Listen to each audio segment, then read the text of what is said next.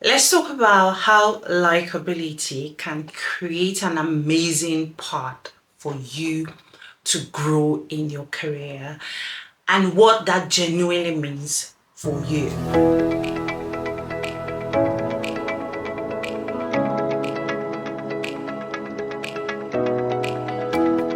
In my experience, I have realized that typically those who grow quite quickly through their careers are those that have been able to demonstrate some level of likability other than their technical competence. So it is really key that you think about how likable you are. And just generally, I mean, if you ask yourself this question: would you rather work with a leader or work for a leader who you like? Or would you rather work with someone you don't really vibe with?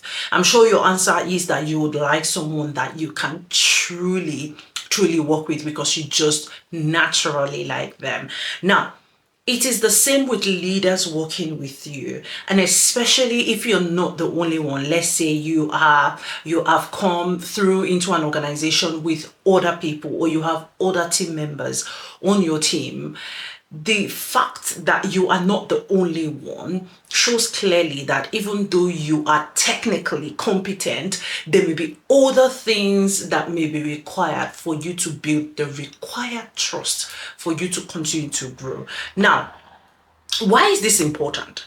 This is important because a lot of people focus only on their technical competence and forget this other massive piece of the pie, which is being likable. You just need to work on that because it is key. Now, I'm going to be talking to you about some 10 tips that can help you be more likable and that can basically unlock some of the things that may be impacting you, and you're just wondering, I'm doing my work, I'm doing it well, but it doesn't look like they like me. Because typically, isn't that what we say? I don't think my boss likes me, or don't think the people that I work with or work for like me. Now, these are the top tips that will increase your presence, executive presence, your career presence, and as well as would increase your likability. The first one is, I want you to focus on being authentic. Focus on you, how you show up. Now, there's a twist that I personally like to bring into conversations around authenticity. And that is the fact that being authentic is not just you showing up the way you are, it is you showing up in the best form possible.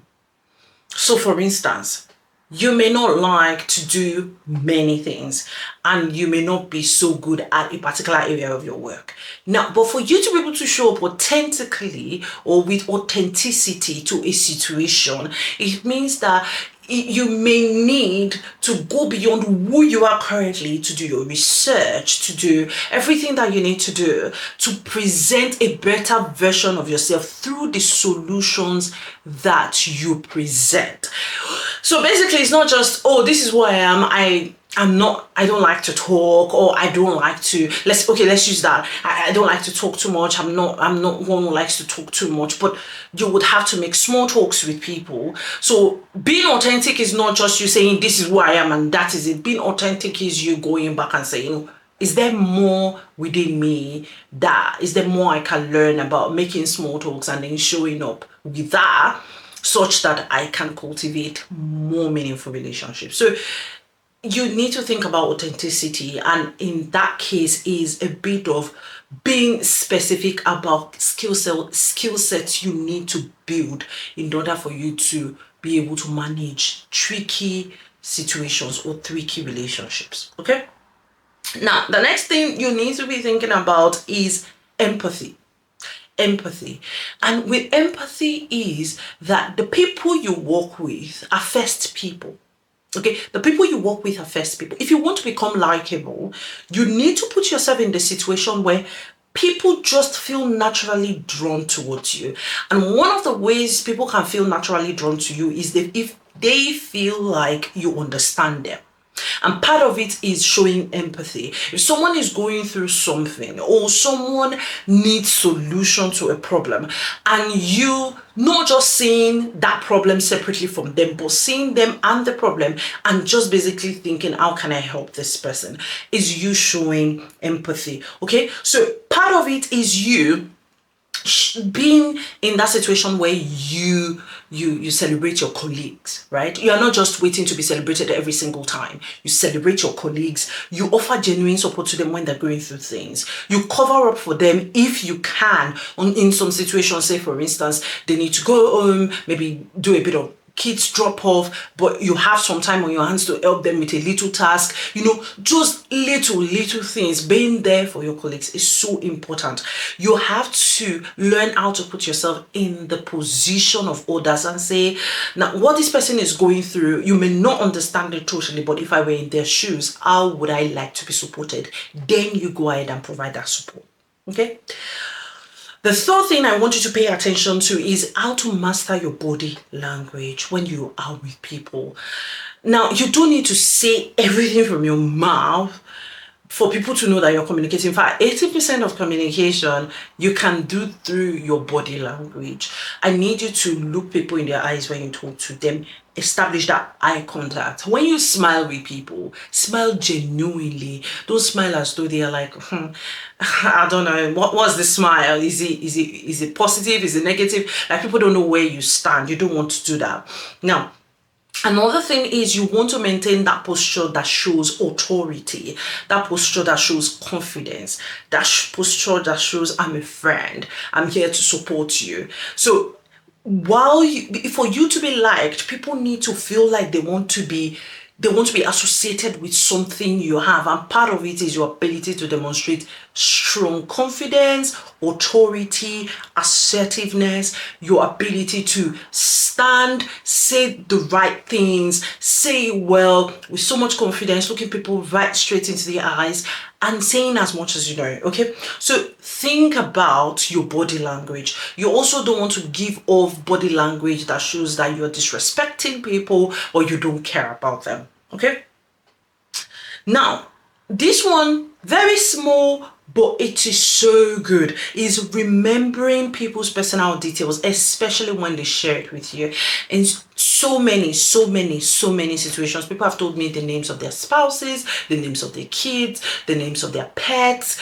Learn to remember these. They've also shared with you key dates, like, oh, someone has just said randomly, next week is my wife's birthday, maybe next week Tuesday or whatever. Note it. That's why you have a calendar. Just put it on top of your calendar. You can just say maybe your boss's name is Caleb. You can say CW, which is Caleb's wife's birthday, in case you don't want anybody else to see you. So something like that, so that you can remember and you can wish them well. So remember the little details. Now, someone tells you the name of their pet. When you are having the next conversation with them about their pet, you don't just say, oh, your pet. You say the name of the pet. That draws you closer. They feel immediately like as though they're talking to family.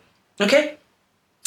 The next thing I want you to think about is build a reputation for reliability. You see, this is one of the skill sets that would open the doors for you. It will open the doors for you where you say when you deliver something, you deliver it. If you're not going to deliver it, you give them enough time, you give them enough room to prepare a plan B. People can basically close their two eyes, go to bed, because they know that if Ore says she's going to give me this evening, she's going to give it to me. Okay, so make sure that you deliver consistently, and beyond that, you deliver value consistently. Okay, making sure that you're delivering to a high standards and you're keeping your budget on track and to time. That is so key for you to do. And you can use phrases like, leave it with me, I've got this, don't worry about that, how can I help you? Those kind of things. So build that culture, build it, make it a big part of you. Okay. The sixth thing is I need you to work on your communication, especially communicating with so much clarity, so much purpose, and people are not thinking, I don't know what she means. I don't know if she means that or she means that. Communicate with clarity. Listen when people talk to you. I have a boss that I really, really like for this is going to listen. It's not just going to listen. You will know that he listens because of the kind of questions he will ask you following what you have said. Okay? He's going to listen. I've also worked with people who you will know they were not listening. You will know once you start talking to them, you will know they were not listening in the first place. So I need you to cultivate that culture where people feel like they can talk to you because you listen. Okay? Now, the next thing I'm going to say to you is I need you to slow down. Slow down. I don't know where you're rushing to, but I need you to slow down. Be present in every conversation. You'll be surprised. Like, slow down. Don't feel like I have to jump from this meeting to that meeting to this meeting to that. Sometimes, depending on who you're talking to, you can risk assess. I've been in situations where I am talking to someone who I know is quite key. May not even be my immediate boss, but I know I have another meeting afterwards, right? As I'm having a conversation, I know that conversation may hit into my next meeting. I'll rather drop a message to those in my next meeting to say I will be some minutes late because I want to slow down, enjoy this current conversation, get the best out of it, and build trust. You need to do that. Okay, so slow down, give full attention to conversation. Okay, you see, all this multitasking, you do A, B, C, D, E, like at the same time, you need to slow down so that you can get the best of the best of the best benefits out of your every single interactions. Okay. The eighth thing I'm going to say is this, that you need to understand boundaries. You just need to learn to understand boundaries. If you want people to like you, pay attention. If you're asking them a question and it looks like they're not being, too straightforward with you, you don't need to push, especially when it's bordering around personal details and all of that. In fact, I personally don't like to have personal conversations, except you tell me. I'm not going to ask you any personal information like, are you married? Do you have kids? It's none of my business, okay? So I need you to learn that as well. I need you to think about anything personal. Let the other person at the other end of the conversation, let them give you the detail. Now, if you feel comfortable sharing, you go ahead and share. Now, there's another thing I'm going to say to you. If someone is sharing with you their personal detail, so for instance, maybe not too personal, maybe like the names of their kids, the names of their pets, and the rest, you need to be returning the same energy. As much as you feel like it is okay to share, you don't need to share any mistakes from your past, any too intimate, you don't need to share that. But for you to build trust, you need to be matching their energy as much as you're willing to share. But in every situation, you will know what to do. Now, if you're enjoying this conversation, and which I know you are, we say I have 2 tips to go, which are very important. Go into my page, click on this channel's page, and you will see links to how much more I can support you through your career journey. You'll see the link to my storefront, you'll see everything you need to see, some of the courses that I've produced before, and if you want to have a one-on-one session with me and get into my program, you will see the details there as well.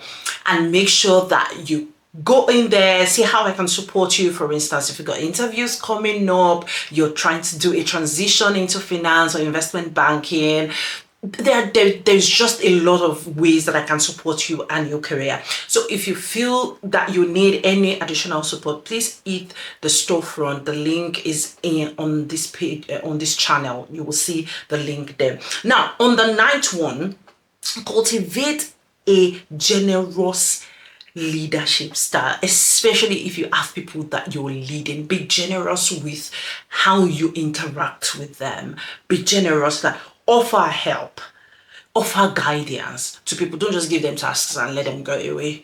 Offer guidance. Also offer help to those that are above you as well, right? If someone is doing well, share the credit, give the credit.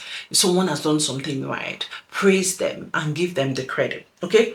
You can also provide mentorship, and you can also contribute to an idea that they've brought up. But make sure that you are generous in your giving of feedback and, encouraging your team members in order for them to continue to demonstrate those good behaviors on your team. Okay.